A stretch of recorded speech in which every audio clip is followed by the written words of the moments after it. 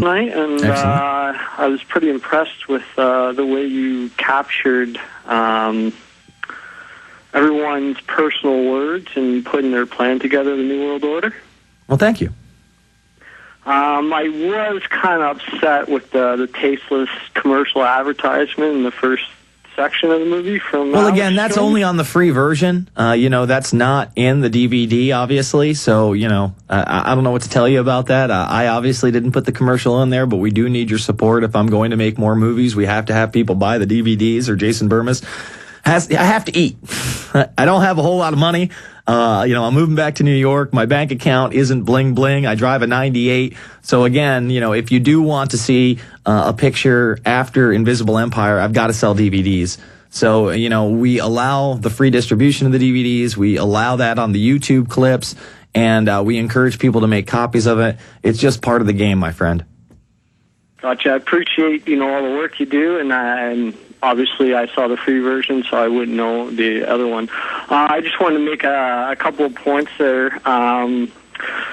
This thing with the new law in Arizona, I don't understand why there's a need to bring in a new law about the illegal immigrants instead of enforcing existing laws that already are in place. Well, that's part of the trick. They act like they need all these new laws to just follow the old ones. It's kind of like here in Austin, where we have a sanctuary city. Well, I'm sorry, if you pull over a group of illegal immigrants for any reason, and they're illegal immigrants, they should be deported. They don't have a real driver's license. They're not a citizen of the United States of America. And I'm not saying that Mexicans shouldn't be able to become citizens of the United States of America. There is a process to do so. But that's just a big trick to say, we want to get tough on our illegals. We want to get tough on the border. But all they would have to do is to enforce the existing laws to do so. And then they run this kangaroo system where they say, no, we got to have these new laws and everything's going to be great when we have these new laws. And it ends up those new laws are really not for the illegal immigrants, but to create more of a police state here at home. And that's what that's for. Appreciate the call, Jason. Let's go to Steve in Michigan. Steve, you're online. Hi, Jason. I just had a quick comment about the caller a few callers back. I have to disagree with him and agree with you. I don't think W has enough brain cells in his head to really know what was going on September. Well, you know what? Let's talk about that on the other side, because I don't think the guy is a complete moron. I mean, yeah, he's moronic, and he's a guy that couldn't plan something like that, let alone carry it out. But he's also not the dumbest guy in the world. We're going to come back. We're going to talk about George W. Bush's role in 9/11.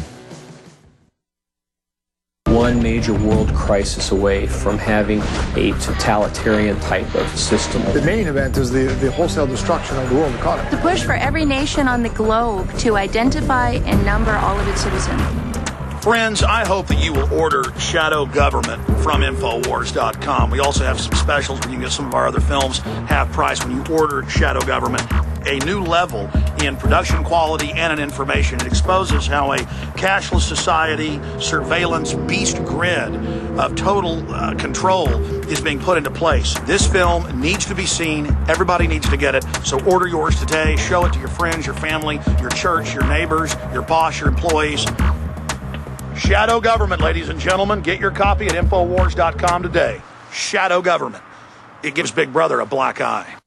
Available at Infowars.com or by calling toll-free 888-253-3139. Hello, this is Alex Jones with some important questions. If you're going into a battle and they give you a rifle and a sidearm, how much ammunition do you want? My answer would be all I can get. In the battle for freedom and the lives of your loved ones, food is your only ammunition. How much do you want? When do you want it? Now or after the battle starts? When will you need it? Can you buy it without proper identification? Will there be any food? Will it make your children sick? If there's a quarantine and you can't feed yourself, will you go to the gathering center and be immunized? You wipe out all these problems if you have a good food supply. Food is your ammunition to fight for your freedom and your life. How much will you need? We don't know. How much do you want? All you can get. I'm Alex Jones. I want all of you good guys to live to fight another day. Call 1-800-409-5633 or check it out on the web, at efoodsdirect.com. Again, that number, 1-800-409-5633.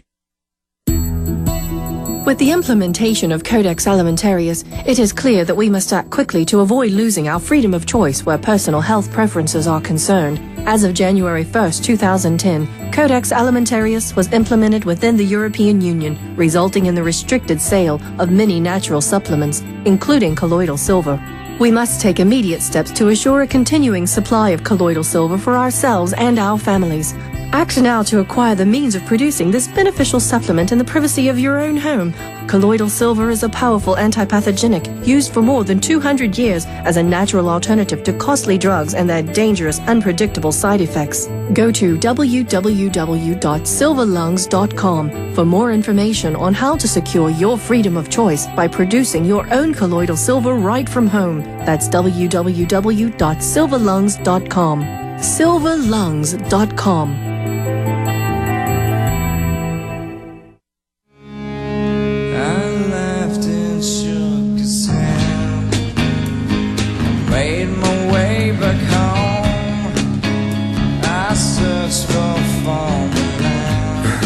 We are back. It's the Infowarrior with Jason Bermas. We're on the line with Steve in Michigan. We're discussing George W. Bush, not H.W. Bush's, role in 9/11. And first of all, this is a president that was propped up, didn't win the real election. His father's cabinet was placed upon him. You look at the vice president, Dick Cheney. He was the Secretary of Defense under George H.W. Bush. You look at his Secretary of Defense, it's Donald Rumsfeld, another Bush player, both members of the Continuity of Government program, and then you're surrounded with people like Wolfowitz and Rove and all these other major players. And I think it helps them to put somebody in that's just going to read off a script and would himself buy into the rhetoric that the Muslims want to hurt us, the Muslims want to kill us, we have to do something. After all, Saddam Hussein tried to kill my daddy, Steve. Yeah. Well, you could be right. I mean, he's not a total complete idiot. He's not a total complete idiot in the way that, after a little while, I'm sure he never thought there were weapons of mass destruction. But at the same time, there's no way that he's on Cheney's level where they could plan out a false flag attack or the Rove level of we create reality and they knew how the people would react to such an attack. No, he's a guy that they prop up there that's an all right guy. He likes baseball. He likes golf. And he's willing to get up on the pile and scream through the megaphone and say, we're going to get these guys. So I really don't think he had anything to do with the planning. The other people around him are literal vipers, literal political aficionados that are willing to kill. They're willing to take part in genocide. They're a major part of the military-industrial complex, and I think that those guys are the major players, and Bush is kind of the scapegoat. Appreciate the call. And it also allows the establishment to say, oh, look, they're just too stupid to plan anything. Look how dumb he is. He's a two-time elected president, but come on, we all know he's such a moron that they could never carry out 9/11. Chuck in North Carolina. Chuck, you're on the line. Hey, can I make a quick statement about GW and then move on? Yes, sir. All right. Well, anybody, and I'm not saying that what your point isn't valid about GW, but the real apex of GW is when he's standing at the United Nations and he says, "Let us not tolerate any outrageous conspiracy theories." That's it. That's all you need to know about GW. He knew.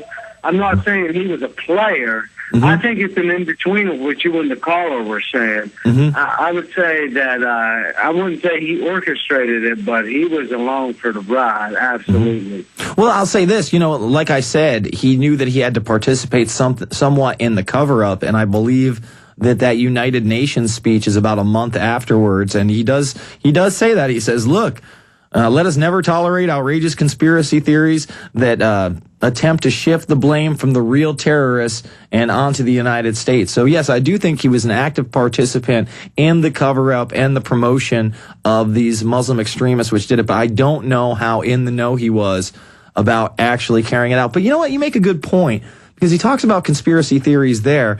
And then you watch the scene in Fabled Enemies, or not Fabled Enemies, I'm sorry. You watch the scene in Invisible Empire when he's being asked about being Skull and Bones with John Kerry. And he says, I don't know, I haven't read the web pages yet.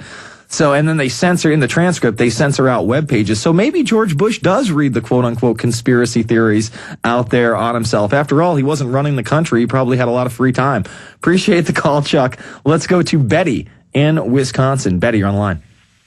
Hi, Jason. Hello. Thanks for taking my call. You got it. Yeah, I watched your movie, enjoyed it. I wish I could buy a lot of them and give them to people who have good DVD players. Well, you just burn them. Just learn to listen. If you got a neighborhood kid and you've got a computer from the last 5 years, you can figure out a way to burn these things to disk, and that's the way you hand them out. You know how many discs I burn a day? I burn discs for my friends all the time of these AVI things. I was burning discs back in the days when I didn't even have a DVD replicator. I just had a CDR, and I had to fit them on a 700 megabyte disc. I'm telling you, there are tutorials out there. It's not as daunting as you think. And then as soon as you figure out how to do it, you'll think to yourself, man,